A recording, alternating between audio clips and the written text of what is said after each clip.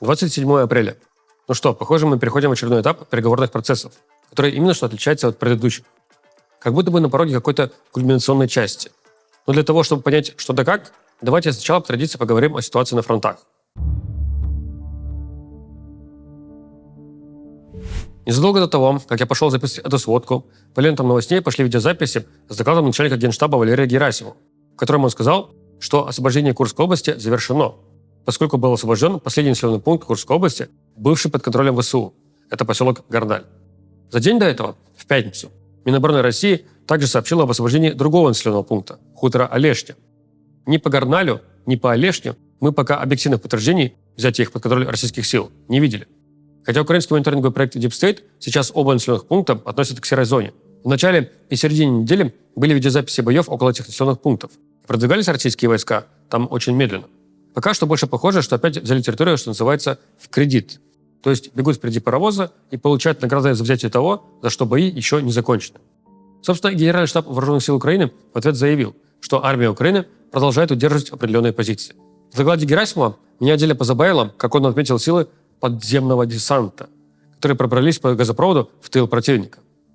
Что ж, похоже, наша армия стала первой в мире, у которой появился новый род войск – подземно-десантные войска. По самой операции, которая проходила в районе Суджи, я уже высказывался, но напомню, что какого-то влияния на ход боевых действий она не оказала. Российским солдатам действительно удалось выйти на окраинах Суджи, которая в тот момент была под контролем ВСУ. Но бои за город начались только несколько дней спустя. И у нас есть с чем сравнивать. Потому что мы помним операцию в Авдеевке за год до этого, когда российские силы канализационного десанта прошли по трубе и вышли в районе турбазы «Царская охота», взяв ее под свой контроль, что в последующем позволило продвигаться в другие районы Авдеевки. Кстати, в этом же докладе Герасимов впервые публично признал участие северокорейских солдат в боях на земле. В остальном линия фронта на этой неделе практически не двигалась, за исключением одного направления – Торецкого. Здесь они захватили поселки Сухая Балка, Калиново и Тарасовка. Общее направление движения здесь понятно. Сначала выравнивание линии фронта с последующими попытками продвижения в сторону трассы, соединяющей Покровск и Константиновку. Предполагается, что если война не будет заморожена, то именно в этом районе будет проходить летняя наступательная операция России. Но даже если война не будет поставлена на паузу, приоритеты по направлениям все равно могут измениться. Например, наступательная операция на Константиновку предполагает также движение со стороны Часового Яра, которые российские войска не могут захватить с ноября прошлого года. В городе по-прежнему есть районы, остающиеся под контролем украинских сил. Обычно, когда российская армия упирается вот в такую глухую оборону, она ищет другой участок фронта, который ослаблен, и перенаправляет резервы туда. Украинский обозреватель Константин Мшевец предполагает, что таким участком может стать соседнее направление с движением от Бахмута в сторону Славянска, вдоль дороги. В случае достижения эффекта внезапности, такое движение может обернуться некоторым успехом для российских сил. В целом, эта неделя разительно отличается от двух предыдущих. Помните, как в прошлых сводках я говорил, что внезапно оживилась вся линия фронта? Были масштабные атаки даже на обычно глухих направлениях, таких как, например, Запорожская. И теперь вот снова тишина, обычный режим. 2 недели атак колоннами бронетехники и мотоциклов не принесли какого-то большого результата, в том числе политического. При этом потрачено на них было много сил, поэтому дальше придется копить. Через 2 недели будет 9 мая, отчего начинается ежегодная волна сообщений, что российская армия готовит такие-то и такие-то масштабные атаки, чтобы к праздничному дню показать Путину хоть какую-то победу. Например, украинская оперативно-стратегическая группировка войск «Хортица», отвечающая за Донбасское направление, заявляет, будто российским военным поставлена задача выйти на границу Днепропетровской области к 9 мая, чтобы показать хоть какую-то победу. Во-первых, опыт этих 3 лет показывает, что никакая привязка к памятным датам не работает. Сколько раз такое говорили, а в итоге ни разу не случилось. Во-вторых, я думаю, ошибка таких рассуждений в том, что мы натягиваем нашу реальность на мировоззрение Кремля. В действительности же Путин и его окружение явно живут в выдуманном мире, где у российской армии все хорошо, она действительно побеждает, вот даже Курскую область освободили. А то, что участвует в переговорных процессах, это такое проявление милосердия. И вот в таких условиях и не требуется создавать новые хоть какие-то победы. Когда говорят про Днепропетровскую область, имеют в виду движение со стороны Покровского и Новопавловского направлений. А за неделю на этих направлениях только линию фронта выровняли на западном фланге. И все. Окей. В очередной раз захватили поселок Шевченко. Так что каких-то особых обострений из-за 9 мая я не жду.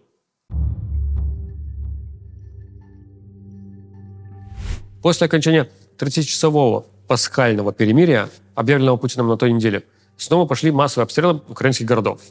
Практически каждый день прилетают беспилотники и ракеты по крупным украинским городам, особенно региональным центрам. На мой взгляд, вот эта массовость и частота ударов особенно важны для последующих уголовных расследований в отношении военного и политического руководства России. Знаете, я по Сирии наблюдал, как параллельно работали российские и американские воздушные силы и разведка. Американские удары были сильно более редкими и, как правило, более точными. Даже при всей могущественности американских технологий и разведки все равно уходит большое количество времени на выявление цели, ее идентификацию, перепроверку и потом точному наведению в правильно выбранное время. Здесь же, в войне России против Украины, мы должны поверить, будто бы российская разведка на третьем году войны способна практически каждый день выявлять множество военных целей во многих городах Украины и верифицировать их. Но это просто нерешаемая задача. Отсюда следует два вывода. Первый. Российская армия наносит воздушные удары абсолютно хаотично, не занимаясь перепроверкой целей, оцениванием их значимости, выбором способа и времени нанесения удара, который бы максимально снизил гражданские потери. Полагаю, что такие удары наносятся в том числе и с целью давления на украинское общество. В случае, когда в месте удара действительно находилось что-то военное, как в случае с СУМ, где проходила церемония награждения военных, является скорее удачей для российской армии, нежели систематическим результатом. Тем более, что в итоге и военная цель тогда не получила ущерба, как вы помните, и большое количество гражданских одновременно с этим погибло. Второй вывод. Постоянное масштабирование производства шахедов и ракет, скорее всего, дополнительно создает условия для хаотичного нанесения ударов куда попало. То есть российское командование, скорее всего, требует от соответствующих подразделений реализовывать значительно выросшие поставки ракет и беспилотников. А разведка, отвечающая за выявление целей, просто не способна предоставлять их в таком темпе. Отсюда и результат, когда в ход идет буквально все. Нашли где-то старую статью в интернете, что такой-то завод во времена АТО когда-то отремонтировал один БТР для украинской бригады. Наносим удар. Местный ждун передал сообщение, что увидел в районе такого-то дома проходящего мимо человека в военной форме, а значит там штаб наемников. Бьем. Нашли в интернете фотографию с припарковавшимся на улице пикапом защитной расцветки. Срочно отправляем по адресу ракеты. А результат – абсолютно нулевая военная выгода и огромные потери среди гражданских и в целом гражданской инфраструктуры. Мы в своей команде за последние пару месяцев отдельно отмечаем интенсификацию воздушных ударов по Украине. И вот в ночь на четверг снова была массовая воздушная атака на Киев и не только. Били и беспилотниками, и искандерами обеих типов, и в целом и крылатыми, и баллистическими ракетами. Официальная формулировка заявления Минобороны России – нанесен удар высокоточным оружием большой дальности по предприятиям авиационной, ракетно-космической, машиностроительной и бронетанковой промышленности Украины, а также производства ракетного топлива и порохов. Понимаете, насколько широкая формулировка? Это то ли, по их мнению, они ударили чуть ли не по всем существующим в Украине предприятиям оборонно-промышленного комплекса, то ли ударили по городам и говорят, то там то ли авиатехнику производили, то ли ракеты, то ли танки, а может вообще пороха. То есть мы ударили вот куда-то туда, а что там точно было, честно говоря, даже и не знаем. Ну ничего, с такой всеобъемлющей формулировкой в доклад Генштаба залетит на ура. А результат? В одном только Киеве, только в результате этой атаки 12 человек погибло, а ранено 90. Наконец-то на эту атаку даже Трамп обратил внимание. Хотя обратил внимание типично в своем духе, сказав: «Я недоволен российскими ударами по Киеву. В них нет необходимости, и они очень не вовремя. Владимир, остановись. По 5000 солдат в неделю погибают. Давайте заключим мирный договор». И вот сейчас, перед записью сводки, пошли новости, что Песков подтвердил готовность Москвы к переговорам с Киевом без предварительных условий. На самом деле, эта новость не новость. В ней нет ничего нового. Россия делала такое заявление уже давно. И обратите внимание на разницу. Украина говорит: мы готовы заморозить войну без предварительных условий. Россия говорит: мы готовы приступить к переговорам с Украиной без предварительных условий. Разница очевидна. Фактически, спецпосланник Трампа Стив Уитков, который встретился с Путиным на неделе, вернулся ни с чем. По крайней мере, ничего другого он не заявлял. Сам Трамп в своей соцсети Трус пишет посты, в которых он якобы понимает, что Путин явно не хочет заканчивать войну, водит Трампа за нос, и, вероятно, поэтому с ним нужно обращаться как-то по-другому. Как? Очередными банковскими и вторичными санкциями. Ну да, они ведь так классно сработали в предыдущие 3 года. О серьезных подвижках в переговорных процессах была статья Financial Times во вторник, в которой со ссылкой на источники говорилось, будто бы Путин еще в начале апреля передавал специальнику Уиткофу, что Россия готова заморозить войну по текущей линии фронта и отказаться от своих претензий на территории 4 частично оккупированных украинских регионов, подконтрольных Украине. Имеется в виду отказаться от требований передать России неоккупированные части этих регионов. Если это так, то вот это действительно заметны подвижки в переговорах.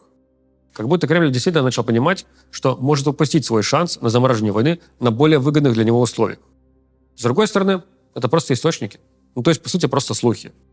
Плюс указано, что это было еще в начале апреля. То есть даже до угроз Трампа выйти из переговорного процесса, если в нем не будет какого-либо прогресса в ближайшие недели. Публично Трамп на днях вообще сказал странную вещь. Когда журналисты спросили его, а на какие же уступки идет Россия в этих переговорах? А то как-то странно получается. Уступки требуют слов только от Украины. И вот на это президент США ответил, что уступка России заключается в том, что она готова отказаться от захвата всей страны. Вот он, тот самый типичный комментатор, который последние пару лет постоянно спрашивал меня, а может ли Россия снова пойти в атаку на Киев? А если она проведет всеобщую мобилизацию? Честно говоря, когда несут вот такую ахинею, я даже не знаю, как это комментировать. Мы живем в мире, где нам всем достался вот такой американский президент. И впереди еще долгих 4 года с ним. Хотя он тут типа в шутку уже запустил на своем сайте продажу мерча с девизом «Трамп 2028». Секунду, подождите, я прервусь немного, буквально вот на секунду.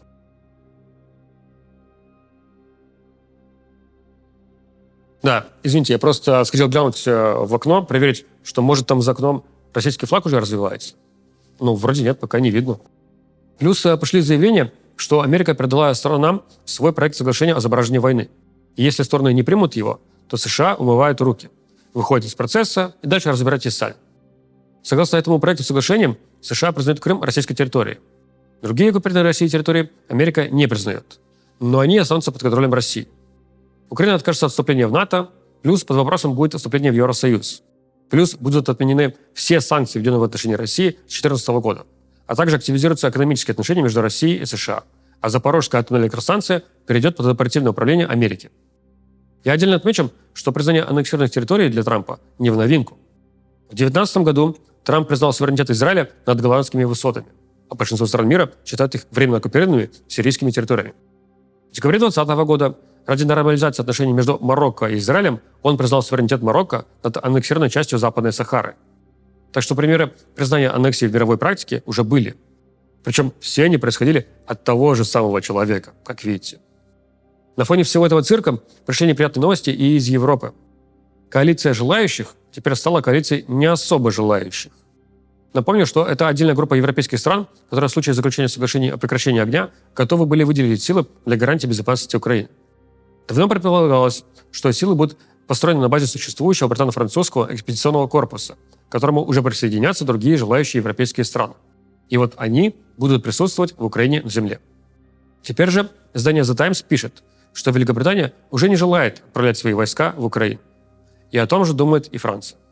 Они исходят из того, что раз это не предусмотрено текущими проектами соглашений, то такая отправка сил может быть воспринята Россией как одностороннее вмешательство, что приведет к последующей эскалации. Вместо этого рассматривается идея отправки инструкторов в западный регион Украины, а также дальнейшей поставки военной и финансовой помощи с особым упором на финансирование собственного украинского производства. Плюс контроль воздушного пространства Украины европейскими боевыми самолетами.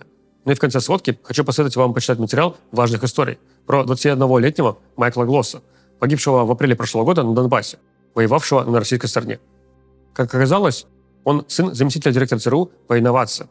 Там потрясающая история, ее нужно не коротко пересказывать, а читать полностью. Не знаю, может, Максим даже сделает отдельный ролик по ней. Не удивлюсь, если это дальше станет сценарием какой-нибудь документалки для Netflix. Подозревая, что важные истории изучали профили китайцев, которые подписали контракт с армией России. И в друзьях во ВКонтакте у одного из них нашли американца, которые тоже в России и тоже в военной форме и так далее.